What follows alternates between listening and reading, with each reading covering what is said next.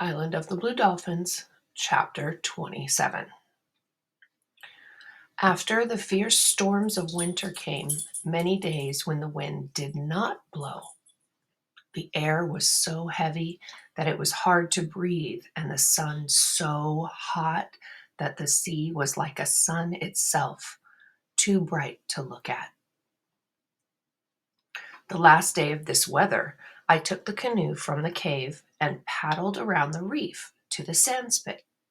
I did not take Rontu Aru with me, for while he liked the cold, he did not like the heat. It was good that he did not come with me. The day was the hottest of all, and the sea shimmered with red light. Over my eyes, I wore shields made of wood with small slits in them to see through. No gulls were flying, the otter lay quiet in the kelp, and the little crabs were deep in their holes. I pulled the canoe up on the beach, which was wet but steaming from the sun. Early every spring, I took the canoe to the sandspit and spread fresh pitch in the cracks that needed it. I worked all this morning, stopping from time to time to cool off in the sea. As the sun climbed high, I turned the canoe over and crawled under it and went to sleep in the shade.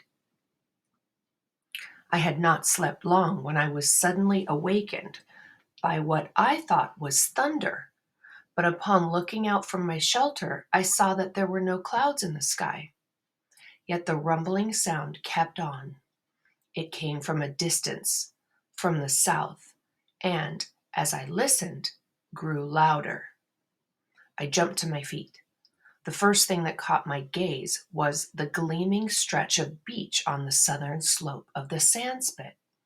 Never in my life on the island had I seen the tide so low. Rocks and small reefs that I did not know were under the sea stood bare in the blinding light. It was like another place. I had gone to sleep and wakened on another island. The air was suddenly tight around me. There was a faint sound as if some giant animal were sucking the air in and through its teeth.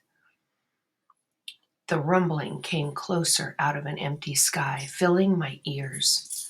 Then beyond the gleam of the beach and the bare rocks and reefs, more than a league beyond them, I saw a great white crest moving down upon the island. It seemed to move slowly between the sea and the sky, but it was the sea itself. I tore off the shields I wore over my eyes. In terror, I ran along the sandspit. I ran and stumbled and got up and ran again. The sand shuddered under my feet as the first wave struck. Spray fell around me like rain. It was filled with pieces of kelp and small fish. By following the curve of the sandspit, I could reach the cove and the trail that led to the mesa. But there was no time for this. Water was already rushing around my knees, pulling from every direction. The cliff rose in front of me, and though the rocks were slippery with sea moss, I found a hold for a hand and then a foot. Thus, a step at a time, I dragged myself upward. The crest of the wave passed under me and roared on toward Coral Cove. For a time there was no sound. Then the sea began to seek its old place, running backward in long, foaming currents. Before it could do so, another great wave moved out of the south. Perhaps it would be even bigger than the first one. I looked up. The cliff rose straight above me. I could climb no farther.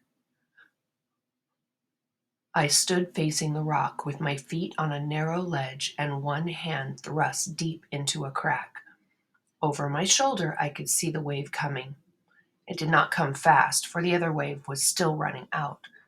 For a while, I thought that it would not come at all because the two suddenly met beyond the sandspit.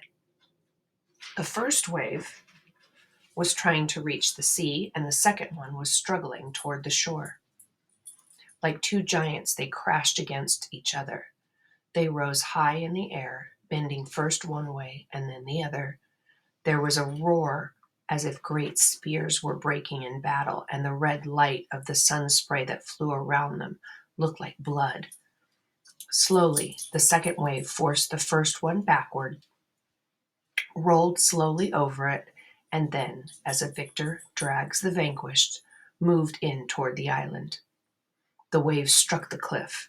It sent long tongues streaming around me so that I could neither see nor hear. The tongues of the water licked into all the crevices, dragged at my hand and at my bare feet, gripping the ledge. They rose high above me along the face of the rock, up, and then spent themselves against the sky and fell back, hissing past me to join the water rushing on toward the cove. Suddenly, all around me was quiet. In the quiet, I could hear my heart pounding and knew that my hand still had its hold on the rock and that I was alive. Night came, and though I was afraid to leave the cliff, I knew that I could never stay there until morning, that I would go to sleep and fall. Neither could I find my way home, so I climbed down from the ledge and crouched at the foot of the cliff. Dawn was windless and hot. The sandspit was strewn with hills of kelp. Dead fish and lobsters and pink crabs lay everywhere, and two small whales were stranded against the rock of the cove. Far up the trail that led to the mesa, I found things from the sea. Rontu Aru was waiting at the fence. When I crawled under it, he jumped upon me and followed me around, never letting me out of his sight. I was glad to be home on the high headland where the waves had not come. I had been gone only from one sun to the next, yet it was like many suns, like the time I had gone away in the canoe. Most of the day I slept, but I had many dreams, and when I awoke, everything around me was strange. The sea made no sounds on the shore. The gulls were quiet. The earth seemed to be holding its breath, as though it were waiting for something terrible to happen. At dusk, I was coming back from the spring with a basket of water on my shoulder, walking along the cliff with Rontu Aru. Everywhere, the ocean was smooth and yellow, and it lay against the island as if it were very tired. The gulls were still quiet, perched on their rocky nests. Slowly, the earth began to move. It moved away from my feet, and for a moment I seemed to be standing in the air. Water tipped out of the basket and trickled over my face. Then the basket fell to the ground. Not knowing what I did, thinking foolishly that another wave was upon me, I began to run. But it was a wave of earth, and it rippled under me along the cliff. As I ran, another wave overtook me. Looking back, I saw many of them coming out of the south like waves in the sea. The next thing I remember, I was lying on the ground, and Rontu Aru was beside me, and we were both trying to get to our feet. Then we were running again toward the headland, toward a house that kept moving off into the distance. The opening under the fence had caved in, and I had to pull the rocks away before we could crawl through. Night came, but the earth still rose and fell like a great animal breathing. I could hear rocks tumbling from the cliff, falling down into the sea. All night, as we lay there in the house, the earth trembled and rocks fell, yet not the big one on the headland, which would have fallen if those who make the world shake had been really angry with us.